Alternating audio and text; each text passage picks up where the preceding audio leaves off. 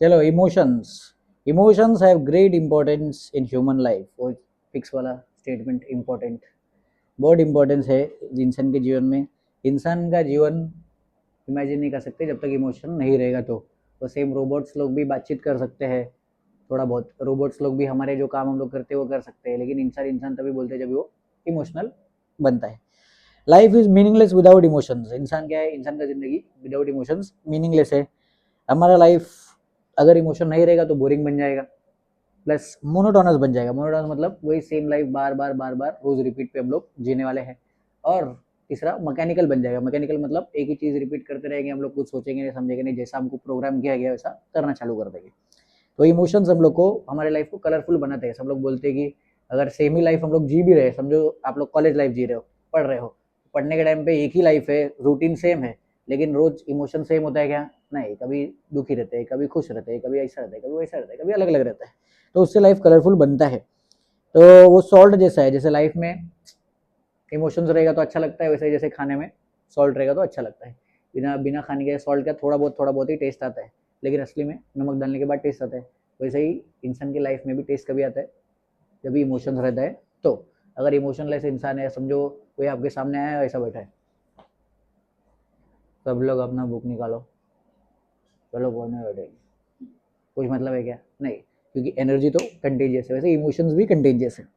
अभी history of emotions, इसमें इसके पहले 3-4 सिचुएशन दिया है, देखो। It's Meera 12th result today. Meera का 12वीं का रिजल्ट आ रहा है आज। उसको पता चलता है कि उसने कॉलेज में टॉप किया। दूसरा सिचुएशन है, Rahul's mother passed away just a few days before his 18th birthday. तो राहुल का 18वां जन्मदिन आ रहा था, 18 साल का होने वाला था, लेकिन 18वां जन्मदिन होने के कुछ दिन पहले उसकी मम्मी का देहांत हो गया, वो पास ऑफ हो गए। Suchita Suchita was ridiculed by her classmate for wearing old fashion clothes. एक सुचिता करके लड़की है, वो ओल्ड फैशन क्लोथ्स पहनती है, और उसके क्लासमेट्स लोग उसको रिडिक्यूल करते हैं। रिडिक्यूल मतलब उसको वो चिढ़ाते हैं, मजाक उड़ाते हैं, क्या ये फालतू पुराने जमाने का ड्रेस पहन के आती है, हट कुछ काम की नहीं, ऐसा बोलते हैं।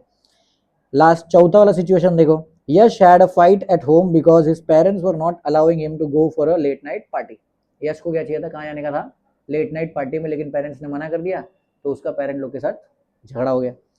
If you observe each of the adolescents above, you will realize that as each of them are going through different kind of situation, they will experience different emotions. सब लोग का अलग अलग सिचुएशन चल रहा है। मीरा के साथ क्या हुआ, वो 12वीं पास हो गई, कॉलेज में टॉप किया, उसका इमोशन खुश वाला रहेगा कि बहुत खुश है। दूसरा, राहुल की मम्मी, उनका देहांत हो गया तो बहुत दुखी रहेगा। तीसरा, सुचिता को चिढ़ाया गया तो उसको फ्रस्ट्रेशन और डिप्रेशन जैसा कुछ आएगा। फिर चौथा, यश को गुस्सा आएगा। तो ये चारों क्या है, इमोशंस है, जो अलग अलग इमोशन लोग एक्सपीरियंस कर रहे हैं। We all live at the mercy of our emotions.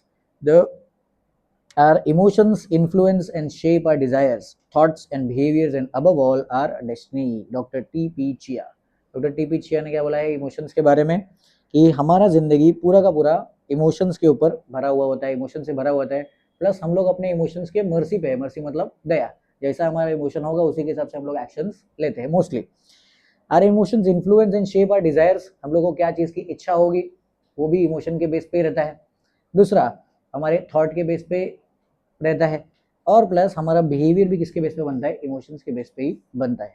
और एक हिसाब से हमारा डेस्टिनी मतलब फ्यूचर में हमारा मुस्तकबिल क्या होगा, मुस्तकबिल मतलब हमारा फ्यूचर, आखिर में हमारा जो एंड गोल है वो क्या होगा, आखिर में हम लोग किधर पहुंचेंगे, डेस्टिनी किधर पहुंचेगा, वो भी किस पे डिपेंड करता है, हमारे इमोशंस के ऊपर। तो इमोशंस बहुत बड़े ड्राइवर्स रहते हैं हमारे लाइफ के लिए, जो हमारे लाइफ को ड्राइव करते हैं। Emotions can be defined as a combination of bodily arousal, expressive behavior, thoughts, and feelings. Imagine you are walking alone on a lonely road in the night and you see some people in the corner of a one lane. तो emotions कैसा है, बहुत सारी चीज़ों का combination है। सबसे पहला, बॉडीली अराउजल। बॉडीली अराउजल मतलब हमारे सेंस ऑर्गन से जो भी हमको पहला स्टिमुलाई मिलता है उसके साथ में इमोशन की शुरुआत होती है। दूसरा, फिर उसके ऊपर हम लोग एक्सप्रेसिव बिहेवियर करते हैं, वो बिहेवियर से भी इमोशन का कनेक्शन रहता है। थॉट्स से भी किसका कनेक्शन है, इमोशन का कनेक्शन है। फीलिंग से भी किसका कनेक्शन है, इमोशंस का कनेक्शन है। एक्सप्रेसिव बिहेवियर, हर एक चीज़ का इमोशन से कनेक्शन रहता है। अभी मान लो कि आप रात को अकेले किसी रोड पे चल रहे हो और साइड में आपको कुछ लोग दिखते हैं, you suddenly become vigilant, there are 1000 thoughts running in your mind wondering what they must be doing. तो कुछ लोग दिखते हैं हमको, हमारे दिमाग में क्या होता है, विजिलेंट, अचानक से हमारा अलर्टनेस शुरू हो जाता है, ये क्या कर रहे होंगे, ये लोग क्या कर रहे हैं यहाँ पे, मैं तो अकेला हूँ, मैं अकेली हूँ, और फिर इतने सारे लोग हैं, वो लोग के दिमाग में क्या चल रहा होगा, वो हम लोग हमारा सब जगह पे दिमाग भागना शुरू हो जाता है. Calculating the risk that they might cause harm, you have cold feet and prepare yourself to run as you are too scared.